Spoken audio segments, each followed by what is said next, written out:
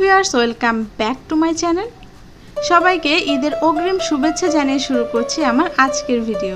বেশ কয়েক বছর ধরেই নওয়াবি সেমাই খুব জনপ্রিয় হয়ে আসছে, কিন্তু এই নওয়াবি সেমাই তৈরি করতে অনেক উপকরণ লাগে বিধায় অনেকেই সেটা তৈরি করতে চায় না। তাই কোনো প্রকার ক্রিম এবং কনডেন্সড মিল্ক ব্যবহার করা ছাড়াই কিভাবে ঘরে থাকা স্বল্প উপকরণ দিয়ে এই মজাদার নওয়াবি সেমাই তৈরি করা যায়, আজকে সেই রেসিপিটি আপনাদের সাথে আমি শেয়ার করব। আর হ্যাঁ, আমার চ্যানেলে কিন্তু সেমাইয়ের আরও বেশ কিছু রেসিপি আছে, চাইলে আপনারা দেখে নিতে পারেন, আমি লিঙ্ক ডেসক্রিপশন বক্সে দিয়ে রাখবো। তাহলে চলুন প্রথমেই দেখে নিই এই মজাদার সেমাইটি তৈরি করতে কি কি উপকরণ লাগছে। এখানে আমি 200 গ্রামের একটি লাচ্ছা সেমাইয়ের প্যাকেট নিয়েছি। আপনারা যে কোনো ব্র্যান্ডের লাচ্ছা সেমাই অথবা ঘরে তৈরি করে নেওয়া লাচ্ছা সেমাইও ব্যবহার করতে পারেন। এবার এই লাচ্ছা সেমাইটাকে আমি একটি বোলে নিয়ে নিচ্ছি।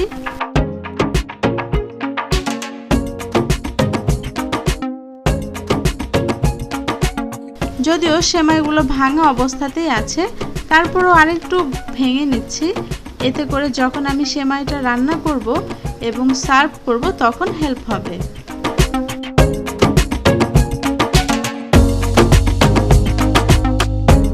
এবার এই সেমাইটা ভাজার জন্য নিয়েছি 2 টেবিল চামচ পরিমাণ বাটার।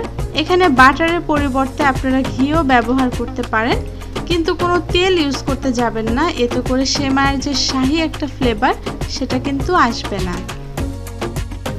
নিয়েছি কিছু কিশমিশ, কিছু কাজু বাদাম এবং কিছু পেস্তা বাদাম। এখানে আপনারা আপনাদের টেস্ট অনুযায়ী কম বেশি করে নিতে পারেন। 2 টেবিল চামচ পরিমাণ চিনি আর 2 টেবিল চামচ পরিমাণ গুঁড়ো দুধ। এবার সেমাইটা ভাজার জন্য চুলায় আমি একটি ফ্রাই প্যান বসিয়ে নিয়েছি। চুলার ফ্লেমটা মিডিয়াম লোতে রেখে প্রথমেই দিয়ে দিচ্ছি বাটার, দিচ্ছি কিশমিশ এবং বাদামগুলো। এবার আমি একটু নেড়ে চেড়ে এগুলো ভেজে নেব।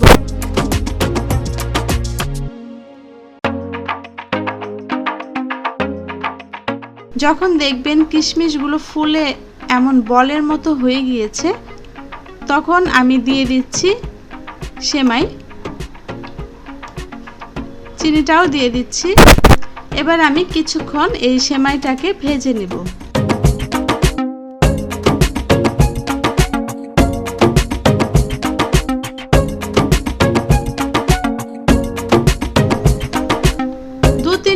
ভাজার পরে আমি গুঁড়ো দুধটা দিয়ে দিচ্ছি। যদিও লাচ্ছা সেমাই ভাজাই থাকে, তাই বেশিক্ষণ ভাজার দরকার নেই, সেক্ষেত্রে সেমাইগুলো বেশি মুচমুচে হয়ে যাবে।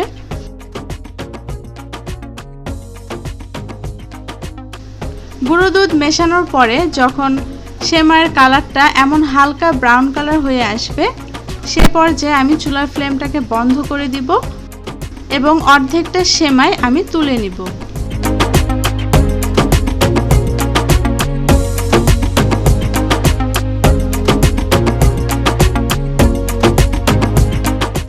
এবার এই বাকি অর্ধেকটাতে আমি কালার মেশাবো। এটা একদমই অপশনাল, আমি জাস্ট সৌন্দর্যের জন্য মেশাচ্ছি, আপনারা চাইলে নাও দিতে পারেন, কোনো সমস্যা নেই। ব্যাস, সেমাইয়ের সাথে কালারটা খুব ভালোভাবে মিশে গিয়েছে। এবার আমি একটি প্লেটে ঢেলে নেব। এবার আমি দুধের মিশ্রণটা তৈরি করে নিব। যেহেতু কোনো ক্রিম এবং কনডেন্সড মিল্ক আমি ব্যবহার করছি না, তাই এখানে 1 লিটার পরিমাণ লিকুইড দুধকে আমি জাল দিয়ে 1/2 লিটার করে নিয়েছি। 6 টেবিল চামচ পরিমাণ কর্নফ্লাওয়ার। এই কর্নফ্লাওয়ারটাকে আমি 2 টেবিল চামচ পরিমাণ পানি দিয়ে একটু গুলে নিচ্ছি, এতে করে যখন আমি দুধের সাথে মেশাবো তখন খুব সহজেই মিশে যাবে এবং কোনো দলা বাঁধবে না। স্মেলের জন্য নিয়েছি এলাচ। আমার কাছে সেমাইয়ের সাথে নারকেলটা খুব ভালো লাগে, তাই এখানে আমি 1/4 কাপ পুরানো নারকেল নিয়েছি। এটা একদমই অপশনাল, আপনারা চাইলে নাও দিতে পারেন। এবার দুধটাকে আমি একটি হাঁড়িতে নিয়ে নিয়েছি, সব উপকরণগুলো মিশিয়ে নিচ্ছি।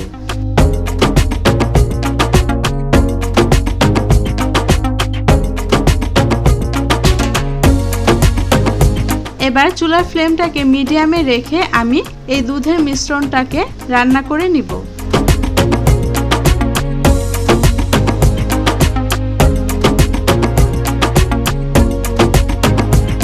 2-3 মিনিট পরে দেখবেন দুধটা ভারী হয়ে আসছে। এবার আরও 5 মিনিট রান্না করার পরে দুধটা ক্রিমের মতো ঘন হয়ে যাবে। আমি ঘনত্বটা একটু দেখিয়ে দিচ্ছি। দুধটা যখন এমন ঘন হবে সে পর্যায়ে চুলার ফ্লেমটাকে নিভিয়ে দিতে হবে, কারণ এই দুধের মিশ্রণটা যখন ঠান্ডা হবে তখন আরেকটু ঘন হয়ে যাবে। সার্ভ করার জন্য আমি একটি ছোট গ্লাস নিয়ে নিয়েছি। আপনারা চাইলে বড় কোনো বোলের মধ্যেও সার্ভ করে নিতে পারেন। এবার প্রথমেই কালার ছাড়া যে সেমাইটা সেটা দিচ্ছি। সেমাইটাকে একটি চামচ দিয়ে হালকা একটু চেপে দিচ্ছি।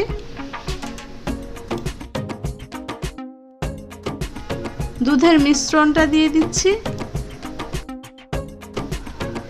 এবার সেই কালার করে নেওয়া সেমাইটা দিচ্ছি। এটাকেও চামচ দিয়ে হালকা একটু চেপে দিচ্ছি। এবার কিছু পেস্তা বাদাম কুচি আর একটা কিশমিশ দিয়ে আমি সাজিয়ে নিলাম।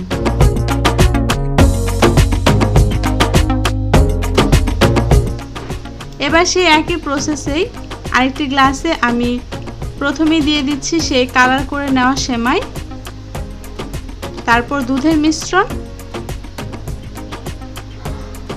তারপরে কালার ছাড়া সেমাইটা আর কিছু পেস্তা বাদাম কুচি আর কিশমিশ দিয়ে আমি সাজিয়ে নিলাম। ব্যাস, দেখলেন তো ঘরে থাকা উপকরণগুলো দিয়েই কত সহজে এই মজাদার নওয়াবি সেমাই তৈরি করা হয়ে গেল। আর এই সেমাইটা মুখে দিলেই যেমন ক্রিমি একটা টেস্ট আসে, ঠিক তেমনি ক্রাঞ্চি একটা টেস্টও কিন্তু পাওয়া যায়। আমার কাছে এই সেমাইটা খেতে কিন্তু অসম্ভব ভালো লাগে।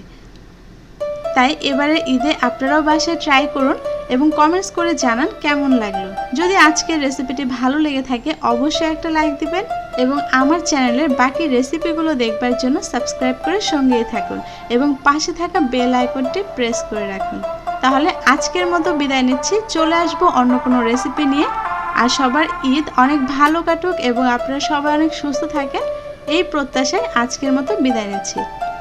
এতক্ষণ সঙ্গে থাকবার জন্য ধন্যবাদ সবাইকে।